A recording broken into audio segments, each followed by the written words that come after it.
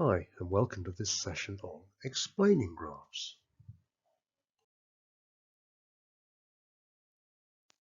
Okay, remember the dog on the tractor?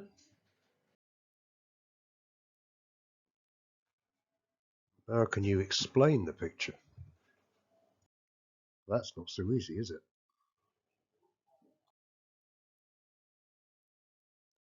In fact, it's quite a funny story of a dog who stole a tractor and caused a traffic jam.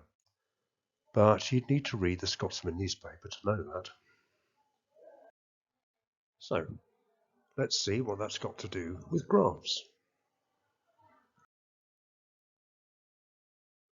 Explain means it's time to answer the why and how questions.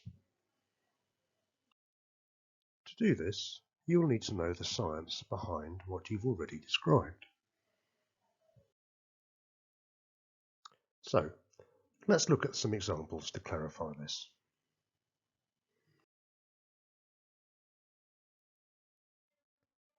Here's a typical graph showing how the current through a wire depends on the length of the wire.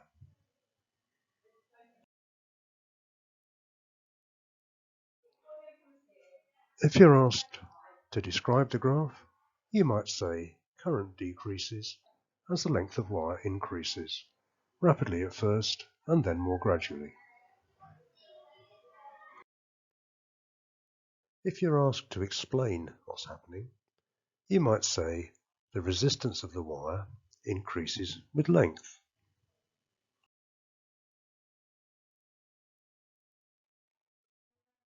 So the current decreases, assuming the voltage is constant.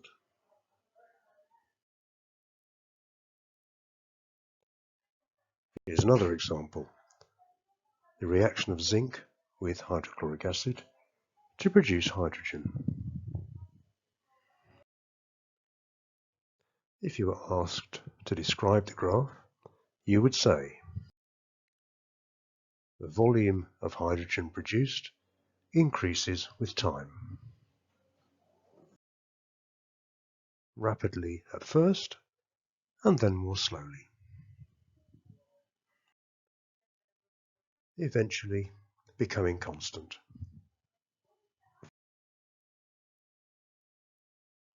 If you were asked to explain the graph, you might say the rate of production of hydrogen depends on both the mass of zinc and the concentration of HCl. As the reactants are consumed, the rate of production of hydrogen decreases. When one of the reactants is used up, the reaction stops and no further hydrogen is produced.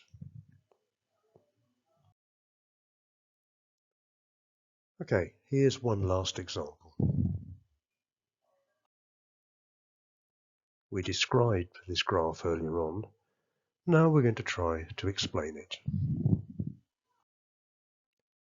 To explain it, you might say the count rate depends on the number of undecayed nuclei. As more nuclei decay, fewer remain undecayed. So the count rate falls until it becomes equal to the background count. That's after approximately 4 half-lives, or 8 hours.